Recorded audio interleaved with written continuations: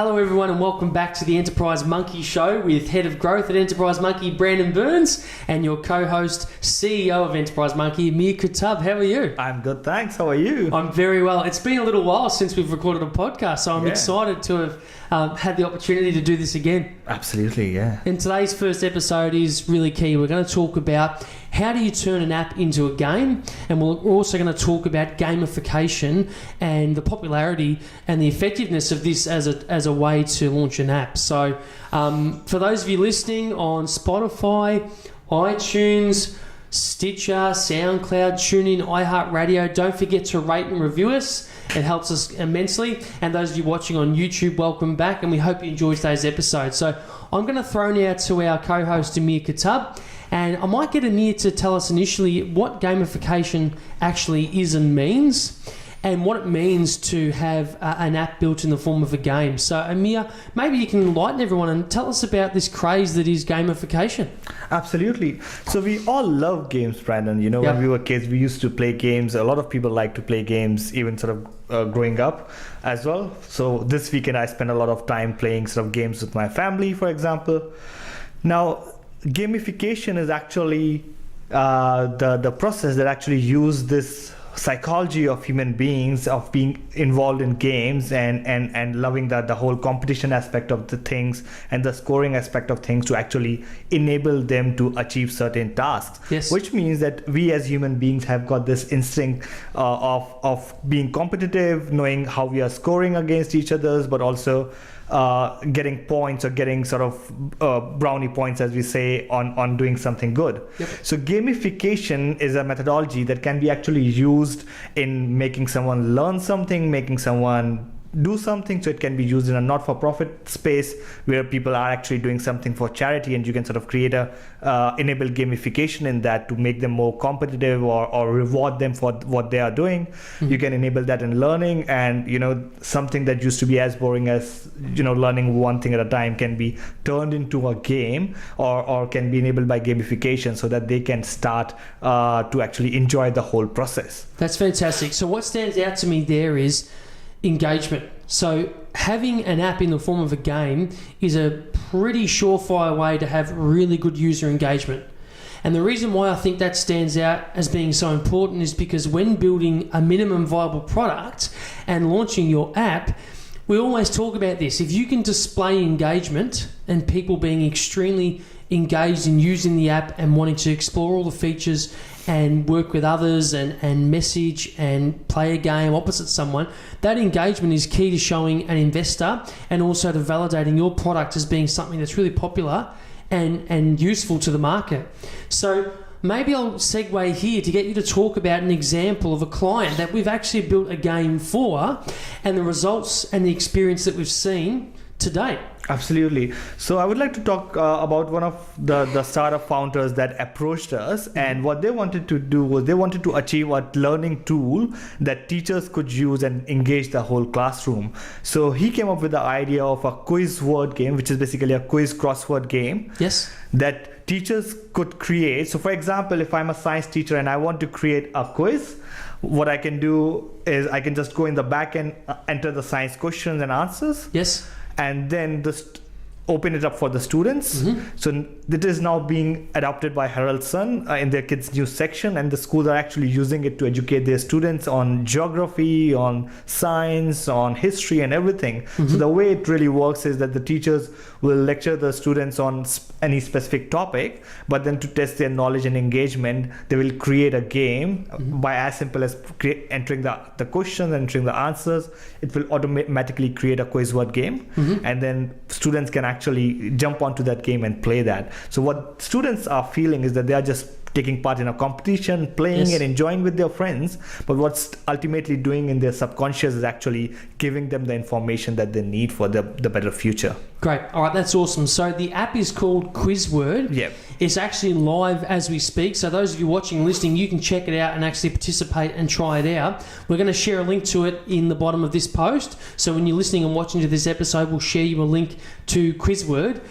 What stands out to me there, Amir, is that we've identified a problem, which is there's a lack of engagement between teachers and students when it comes to traditional learning. Absolutely. And by introducing the element of playing a game and competing with fellow students and pupils, you've now got the ability to increase the engagement and get people learning quicker. That's right. So to me, this sounds like an amazing way to illustrate an app that's actually valid and works. So talk me through what's involved in creating an app that is a game. Obviously, if you were to do it with Enterprise Monkey, we do a workshop first, and we understand whether you want it to work on an iPhone, whether you want it to work on an Android.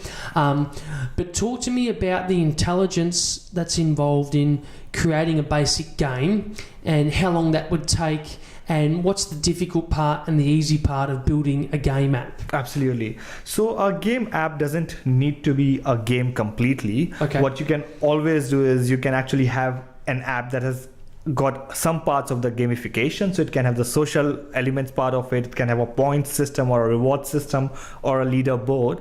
But that's still the app can be an app that sort of is educating someone or getting them to take some actions or something like that. So, and for example, it can be an accountancy app, an app for the lawyers, an app for even like an app for the drivers to go and sort of pick up the people, and you can enable gamification in that. So that there's one aspect of it, and then sort of you can actually take it forward to take a concept that you want to teach people or to learn, and then turn into a gamification app. For example, if I have to teach you about how startup works and business model and MVP and all of those things, one way for me is to provide you with a whole lot of ebooks and information. Other way for me is to actually convert it into a game application itself. So the way it sort of works is that there's an initial thought process that sort of goes into understanding what we are trying to achieve ultimately through the application that what problem we are trying to solve, what we are trying to address. And the second thing is that the solution that we are coming up with, how is that solution going to solve that particular problem in the most engaging and effective way? Yes. So I can provide someone a solution for something, but that might be too boring, too rigid, too difficult for them to understand. So it's our role to actually put that in a much easier and simpler way. So what we have to do is we have to determine what is that easiest way to do it, and then transform into something that has got that gaming element. Yep, great. All right, awesome. So gamification is really popular at the moment. I know in my instance, my son uses an app by ABC called Reading Eggs, which is amazing. And it's been just quite amazing to watch his engagement and his ability to progress his learning via using a game. So what that leads me to is how important is the design, the look and feel, and the user experience of that game in the overall context of building the app. So obviously we've got the intelligence that determines how you produce a question and an answer, how someone can accumulate points and beat their peers. But how important is the look and the feel of the app? Yeah.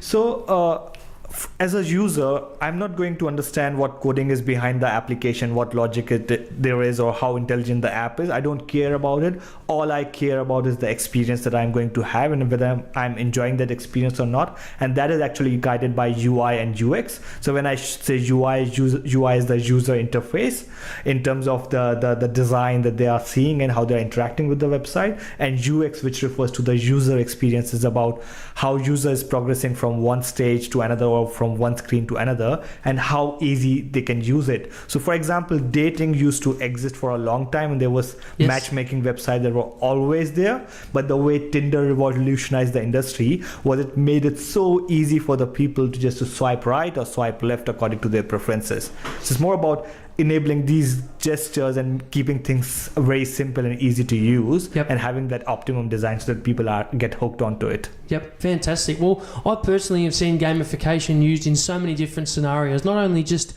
in learning, but also internally for some businesses on taking a quiz, for example, to test how much you know about your business or how much you may know about your peers. Absolutely. And so I think for a lot of businesses or people out there, I wouldn't discount gamification as a really cool way to lock down the engagement of your app and your industry, and explore it as a tool to really help stand out as a business, because you might get a lot of learnings from this. If you could use it internally, you could learn about your business and your employees. Yep. Just a quick example. What we generally do with our sales team is that we have got a gamification enabled in our CRM. So it actually creates a game for the sales team and sort of evaluates them on the basis of the performance they are having and provide them the scores of the gamification as well. Yes, excellent. All right, so gamification, it's a growing space. You've probably noticed already with a lot of apps you use that you're using elements as part of the process.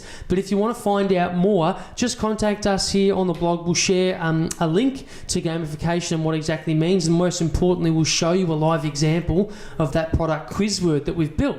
Absolutely. Look, is there anything else, Samir, that you'd like to mention to startups, entrepreneurs listening and watching, if they're considering building a game as an app, or anything else that you recommend considering them doing in the process? I think most important thing is not to think of the game as an end product from the very beginning. Think of it as from a problem perspective and see what, then from there evaluate how that game can actually achieve the ultimate solution. Otherwise, it's just going to remain a game that's not going to be engaging enough and would not achieve that objective as well. Yeah, fantastic. All right, well, it's an exciting space. We're definitely fielding more and more businesses wishing to build a game as an app, and we think it's a winner. So love to help you guys out, but thanks so much for tuning into the podcast. Rate and review us. Look out for the link to Quizword. But for now, Brandon Burns, Amir Khattab, thank you, everyone. Thank you. Guys.